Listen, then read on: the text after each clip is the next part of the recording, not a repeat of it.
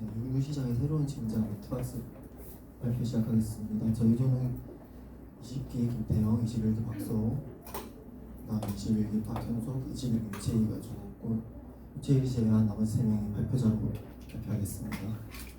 미트박스의 경우에는 목표 주가는 4,921원, 25년 목표 주가를 잡았고요. 25년은 14,197원으로 목표 주가 잡았습니다.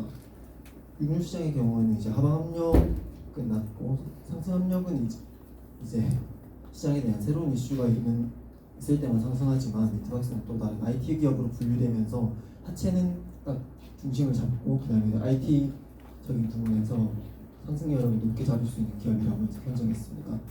그럼 기업 분석부터 시작하겠습니다. 네, 기업 분석 발표 바로 시작하겠습니다. 네, 먼저 축산물 중개업입니다. 이제 동사의 경우 축산물 유통 판매업을 주요 사업으로 영위하는 기업이고, 이제 기존의 축산물 유통 구조의 경우 3단계 이상으로 형성이 되기 때문에 중간 유통 과정에서 많은 비용이 발생한다는 단점이 있었고, 반면에 미트박스 플랫폼의 경우 축산물 유통업자가 구매자를 B2B로 직접 중개를 해주기 때문에 이제 비용을 절감할 수 있다는 효과가 있습니다. 따라서 기존보다 15에서 30% 정도 낮은 수준의 가격으로 상품을 판매하고 있고, 동사의 경우 11년간 누적된 축산물 데이터를 활용해서 재고 관리의 효율성을 높이고 기존보다 정확한 축산물 가치 평가가 가능하다는 장점이 있습니다. 네, 다음으로 축산물 중개 밸류체인입니다. 동사의 경우 입점 판매자를 모집해서 일정 비율의 수수료를 받는 방식으로 사업을 영위하는데요. 입점 판매자가 지불하는 수수료의 경우 중개 및 결제 수수료, 광고비, 배송비 및 창고 보관비 4가지로 분류할 수 있습니다. 현재 플랫폼 내 입점 판매자 수는 꾸준하게 증가하는 추세를 보이고 있고, 이제 19년 70명에서 24년 기준 244명까지 역성장 없이 지속적으로 증가하였습니다. 특히 24년에는 세계 1위 축산물 유통기업인 카길과 제휴를 하였는데, 이제 카길사의 경우에는 기존까지 중소기업과는 제휴를 맺지 않는 기업으로 잘 알려져 있다고 합니다. 따라서 동사의 기술력이 어느 정도 입증이 되었다고 볼 수 있습니다. 동사의 수수료율의 경우 지속적으로 증가하고 있고 21년 7.1%에 불과하였으나 24년에는 8.5%까지 인상하였고, 그리고 25년에는 9.5%까지 인상하였으나 여전히 타 플랫폼 대비 낮은 수준을 유지하고 있습니다. 자료 5번을 보시면 사실 축산물 B2B 기업이 동사가 유일하기 때문에 이제 그 외에 B2C로 축산물을 판매하는 쿠팡, G마켓, 인터파크의 축산물 수수료율을 가져와 봤습니다. 네, 다른 기업들에 비해 여전히 낮은 수준을 유지하고 있음을 볼 수 있습니다. 네, 다음으로 직매입 상품 판매입니다. 동사의 경우 중개거래 이외에도 직매입한 축산물을 상품화하여 판매하는 사업을 이어가고 있는데요. 상품의 경우에는 동사가 자체적으로 브랜딩한 PB 상품과 그리고 PB 외상품으로 분류할 수 있습니다. 동사는 당당이라는 문구를 사용해서 당당 한우, 당당 한돈 등 PB 상품을 판매하고 있고, 그 외 PB의 상품으로는 IBP, 엑셀 등 미국과 호주의 대표 브랜드 상품으로 구성되어 있습니다. 다음으로 데이터 기반 사업입니다. 동사는 11년간 축적된 축산물 데이터를 바탕으로 MIT라는 알고리즘을 설계하여 판매자들에게 제공하고 있는데요. MIT는 상품, 재고, 매출 등 현황 정보와 시장 트렌드 및 시황을 예측하는 기술로서 판매자의 재고 관리 효율성을 증대시킬 수 있습니다. 그리고 또한 데이터를 활용한 믹스매치 서비스를 통해 대량 거래를 원하는 공급자와 수요자를 매칭시켜 원활한 거래가 가능하게 도와주고, 이외에도 축산물 유통업자나 수입업자를 대상으로 이제 그 업자들이 보유한 축산물을 가치 평가한 후 해당 상품을 담보로 잡아서 자금을 대여해주는 믹스매치론 서비스가 올해 5월부터 실시되었습니다. 네, 다음으로 B2C 거래와의 비교입니다. 이제 B2C와 동사의 B2B 사업의 경우 주문건당 평균 결제 금액인 베스킷 사이즈에서 큰 차이를 보입니다.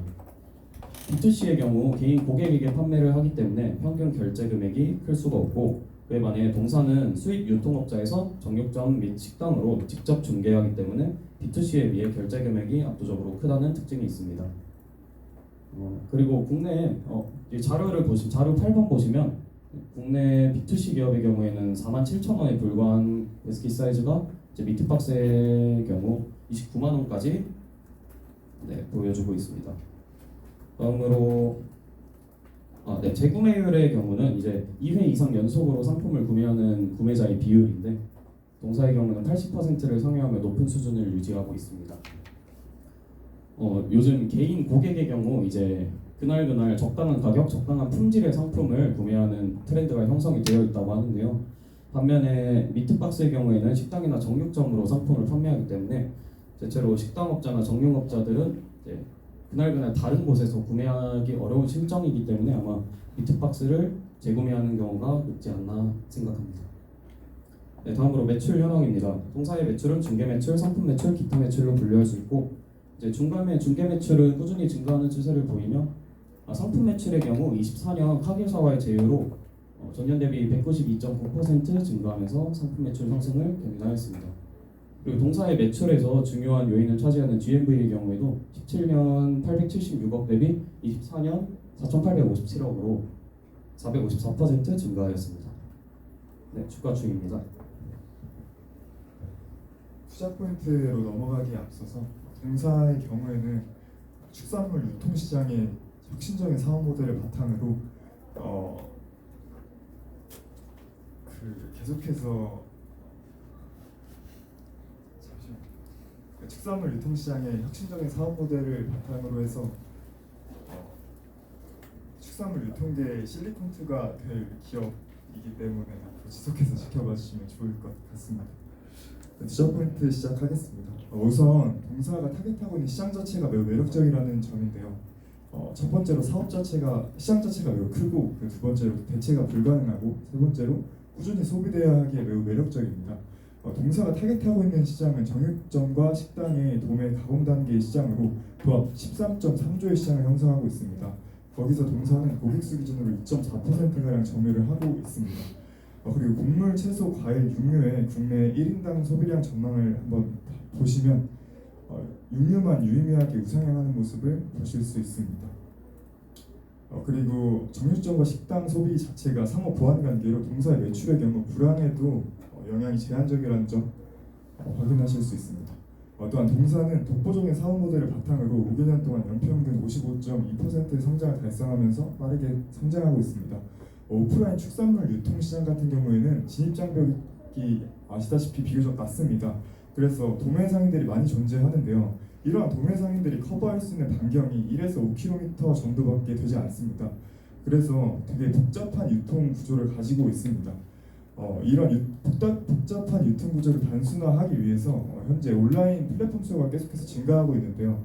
보통 대기업 같은 경우에는 유통 사업을 영위하고 있는 대기업은 보조적인 판매 수단으로 온라인을 활용을 하고 있습니다. 현재 동사만 유일하게 온라인 소매 판매 형태로 B2B 축산물 플랫폼 서비스를 제공하고 있습니다. 온라인 B2B 축산물 유통 시장 내에서 안착을 위해서는 상품 소싱, 그리고 재고 관리, 그리고 인프라 능력이 필요한데요.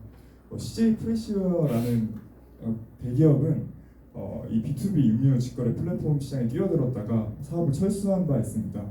동사의 경우에는 10년 동안 축적된 노하우를 보유를 하고 있는데요. 첫 번째로 10년간 축적된 데이터입니다. 이러한 데이터를 바탕으로 이해관계자에게 적합한 그러한 정보들을 전달을 할 수 있습니다. 또한 두 번째로는 결품 방지 및 재고 관리 알고리즘을 보유를 하고 있다는 점입니다. 세 번째로는 특화된 자체 풀콜드체인 인프라를 통해서 신선도를 유지하여 배달을 할 수 있다는 점입니다. 네 번째로는 상품의 소싱 능력인데요. 그런 상품 소싱 능력을 바탕으로 83,000여 개의 상품을 확보하여서 경쟁력을 갖출 수 있었습니다. 두 번째 투자 포인트는 강력한 락인 효과 기반의 선순환 구조의 매출 상승인데요. 동사는 판매자와 구매자 모두에게 입장이 되는 사업 구조를 가지고 있습니다. 이는 강력한 락인 효과로 이어집니다. 판매자와 구매자 모두 높은 충성도를 보유하고 있고 판매자 같은 경우에는 강한 충성도에 따라서 높은 상품 경쟁력을 갖출 수 있고 이는 구매자의 확대로 이어집니다. 구매자의 확대는 다시 판매자의 유입으로 이어지면서 강력한 순환 구조를 가지고 있습니다. 이러한 순환 구조로 인해서 연간 주문 건수 또한 계속 우상향하고 있고 인당 구매 단가도 계속 우상향하고 있는 모습을 보실 수 있습니다. 동사의 플랫폼을 이용해서 판매하는 판매자 수는 연평균 6년 동안 28% 증가했는데요. 23년도 미국의 150년 전통의 글로벌 1위 기업 삼성전자보다 매출액이 높은 이러한 카겔의 입점이 왜 한국에서 축산물을 유통을 할 때 미트박스라는 플랫폼을 이용해야 하는지를 잘 보여주고 있다고 생각을 합니다. 판매자 입장에서 장점은 유용한 데이터를 이용할 수 있고 빠른 대금 회전이 가능하며 전국 판매망을 이용할 수 있다는 점입니다. 동사 연간 구매 고객 수는 과거 6년 동안 연평균 16%로 고성장을 했는데요. 이러한 바탕에 높은 고객 충성도가 있습니다. 동사 핵심 고객 수 비중은 계속해서 증가하고 있습니다. 보통 B2B SaaS 플랫폼의 경우에는 평균 10% 정도인데 동사는 24년도 51.7%로 강력한 고객 충성도를 보유하고 있습니다. 동사는 또한 매출 탑라인을 확대하기 위해서 플랫폼 수수료를 올릴 계획인데요. 향후 플랫폼 수수료율은 지속적으로 상승할 것으로 전망이 됩니다. 동사의 수수료율은 21년도 7.1%에서 계속해서 올라가고 있는데요. 이렇게 올라가는 동안 동사의 고객인 판매자와 구매자 수는 지속적으로 상승했습니다. 고객사들은 높은 충성도를 바탕으로 수수료 상승에 대해서 거부감이 적은 모습을 확인하실 수 있습니다. 동사의 GMV의 경우 과거 5년 동안 연평균 17% 정도 상승을 했습니다. 앞서 설명드린 구매자 수와 판매자 수의 구조적인 상승을 통해서 GMV 또한 구조적으로 상승할 것으로 전망이 됩니다. 이러한 선순환 구조를 통해서 매출 탑라인 지속적으로 확대될 것을 말씀드리고 싶습니다. 네, 다음으로 밸류에이션 발표하겠습니다. 밸류에이션 지금 시간 별로 안 남아서 최대한 빠르게 진행하겠습니다. 일단 GMV를 저희는 기본으로 추정을 했고 P와 Q로 나눠서 했습니다. P는 연간 고객 객단가로 했고 Q는 전체 고객 수로 잡았습니다. 전체 고객 수의 미래 성장률은 우리가 이제 전체적으로 봤을 때 22년도를 제외한 23년, 24년도를 보게 되면 구조적으로 어느 정도 안정적인 성장을 보이는 것으로 보입니다. 따라서 2년치의 성장률을 에버리지로 쓰려다가 조금 이제 아직은 시장 전체 점유율이 2%대에서 머물고 있기 때문에 조금 더 프라임을 줘도 되지 않을까 해서 총 3년간의 성장률을 에버리지로 산출해서 다음 전체 고객 수를 다음과 같이 산출했습니다. P의 경우에는 사업부부사상으로 이제 방금 말했듯이 정확하게 산출이 안 되기 때문에 사업부부서로는 우리가 직접 산출을 했고 있다. 값은 다음과 같습니다. 그리고 P에 대해서 미래값을 추정하기 위해서 저희는 기업이 플레이하고 있는 도매 시장의 가격을 들고 왔습니다. 그다음에 이제 평균 가격을 산출하기 위해서 소와 돼지, 닭 이렇게 대표적인 3중 6종의 1인당 연간 소비량 비중을 감안해서 이제 각각 이제 얼마나 연간으로 가격 이동했는지 산출해갖고 그 가격을 이제 미래 가격을 산출하고 그에 대해서 비중을 다음과 같이 나누어서 그에 대한 가중 평균을 구했습니다. 그래서 P와 Q를 곱해서 이제 다음과 같이 1차로 GMV를 전체적으로 산출했습니다. 그 다음에 이제 GMV를 분배하는데 그 분배 기준은 중개 매출과 상품 GMV로 매출을 분배했습니다. 상품 GMV 같은 경우에는 상품 매출과 그대로 옮겨가기 때문에 상품 GMV를 기준으로 중개 GMV를 다시 산출했습니다.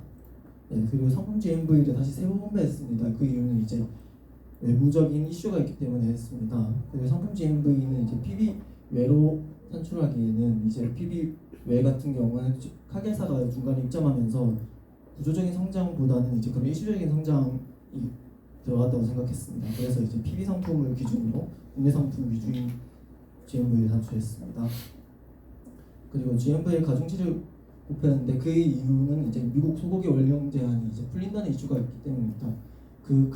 풀린다는 가정은 26년에 해제된다고 가정을 하였고, 그래서 미국 전체 유통 비중의 5% 정도가 그 물량에 해당합니다. 그리고 이제 국내 상품 선호도 중 17%가 가격 경쟁률을 이유로 선택을 하는데 그 이제 수입되는 고기들은 다 이제 싸니까 사 먹죠. 그래서 이제 구 둘의 고기는 0.85%를 가중치로 곱했습니다. 네, 영양 없는 걸로 판명 난 걸로 저는 생각하고 있습니다. 중개 매출과 상품 매출 추정은 다음과 같이 진행했습니다. 기타 매출 같은 경우에는 저희가 데이터 산업을 주로 영위하고 있지만 이번 5월부터 미트매치론을 시작하면서 대출 사업을 시작합니다.